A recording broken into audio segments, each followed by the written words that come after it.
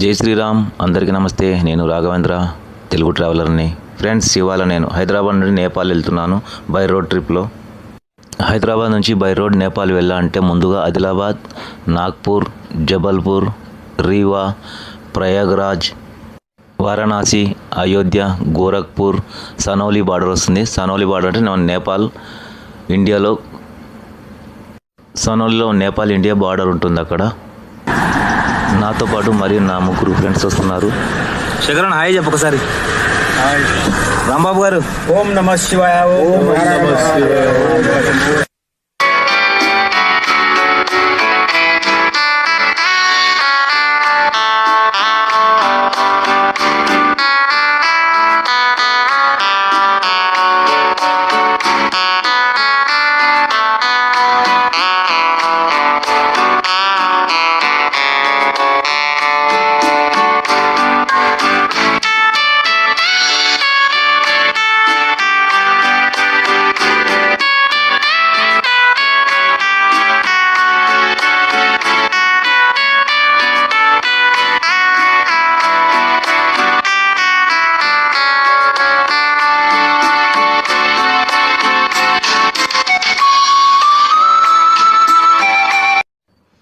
ఆదిలాబాద్ దగ్గరలో వచ్చామండి.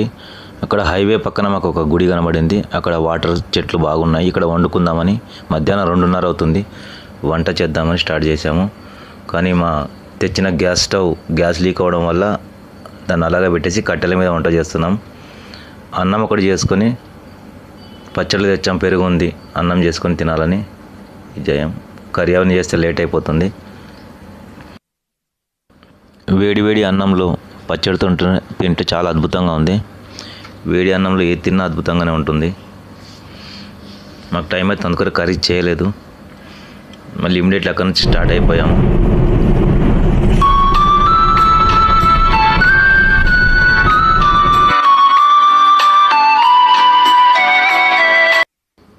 ఇప్పుడు నైట్ 8:30 అవుతుంది. ఆకలి అవుతుంది. నాగ్పూర్ బైపాస్ చేసుకున్నాము. అక్కడ ఒక పంజాబీ దాబా ఉంది. ఇక్కడ రోటీ ఆర్డర్ ఇచ్చుకొని తిన్నాము. రోటీ తినక చాలా రోజులైందని వెళ్ళాము అక్కడికి. రోటీ, పాలక్ పన్నీర్ ఆర్డర్ ఇచ్చుకొని తిన్నాము.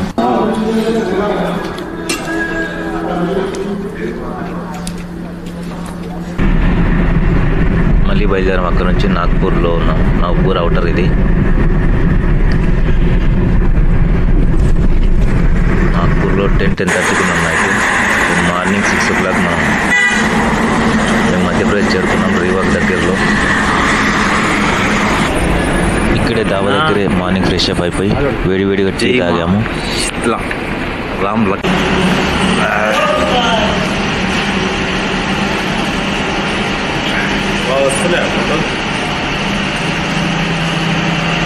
ప్రయాగ్రాజ్ 97, వారణాసి 210, కాన్పూర్ 298, లక్నో 290. ఇక్కడ నుంచి ఇంకా ప్రయాగ్రాజ్ 95 కిలోమీటర్లు చూపిస్తుంది. ఇక్కడ బ్రేక్ఫాస్ట్ చేద్దామని ప్రిపేర్ అయ్యాము. ఉప్మా చేసుకొని త్వరగా బయలుదేరదామని.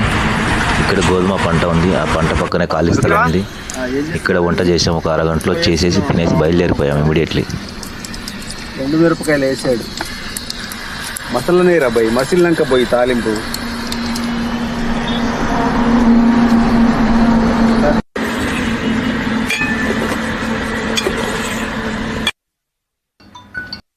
మధ్యాహ్నం 12:30కు ప్రయాగ్రాజ్ చేరుకున్నాం.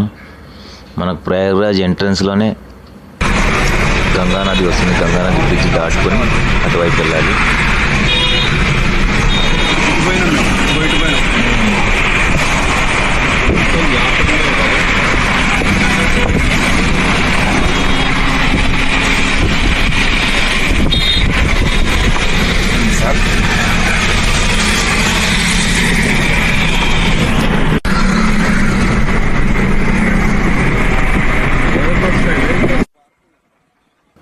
త్రివేణి సంగమం దగ్గరికి చేరుకున్నాము.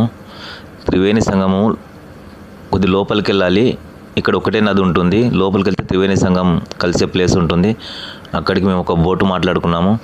మనిషికి 200 ఛార్జ్ చేశారు. నలుగురు కలిసి 800.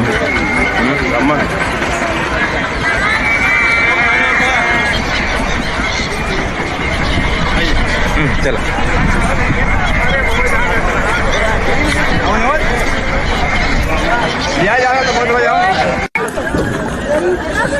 किधर? वो पीछे वाले में वो झंडा हाँ, अच्छा अच्छा ऐसे बगल से वो ठीक है ठीक है। इस पे से था ना? आओ जाना हो तो इसमें है? ఇది బోటు ఇది చేయండి కృష్ణనగర్ ఇంద్రనగర్ అని అదనా त्रिवेणी संगम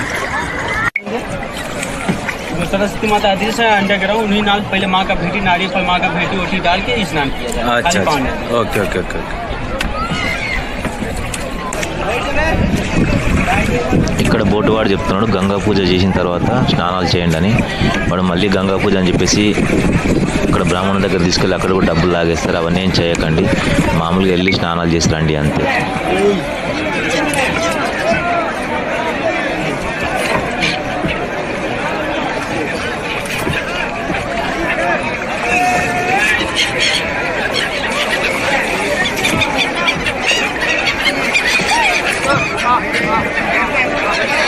అయిపోయిందా స్నానము? చూడండి అయిపోయింది శేఖరనా శేఖర్ భాయ్